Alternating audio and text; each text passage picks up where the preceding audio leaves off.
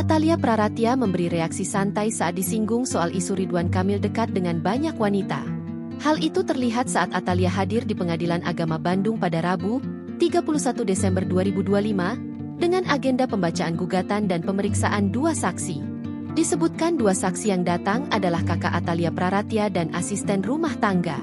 Wanita yang kerap disapa ibu cinta itu tak banyak kata saat hendak memasuki ruang sidang.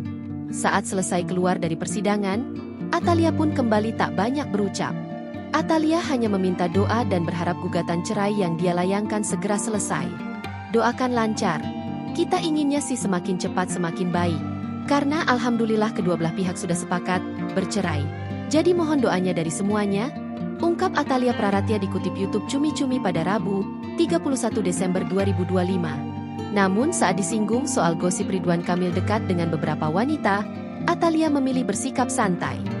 Anggota DPR perwakilan Jawa Barat tersebut hanya menegaskan tidak ada nama wanita lain di adugan gugatan cerainya.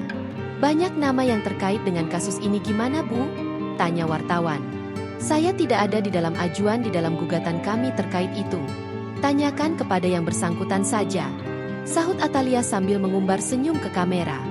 Hal senada diungkap kuasa hukum Atalia, Debbie Agus Friansah yang membantah ada nama Aura Kasih, Lisa Mariana, hingga Safa Marwah dalam isi gugatan cerai kliennya. Terkait nama-nama yang beredar ya, seperti AK, LM, terus SM saya pastikan itu tidak pernah ada di dalam isi gugatan, tegas Debbie. Debbie pun heran karena gosip yang beredar di dunia maya melebihi isi gugatan yang sebenarnya. Kami heran juga nih, netizen melebihi dugaan dari isi gugatan kami, lanjutnya. Download Tribun X sekarang, menghadirkan lokal menjadi Indonesia.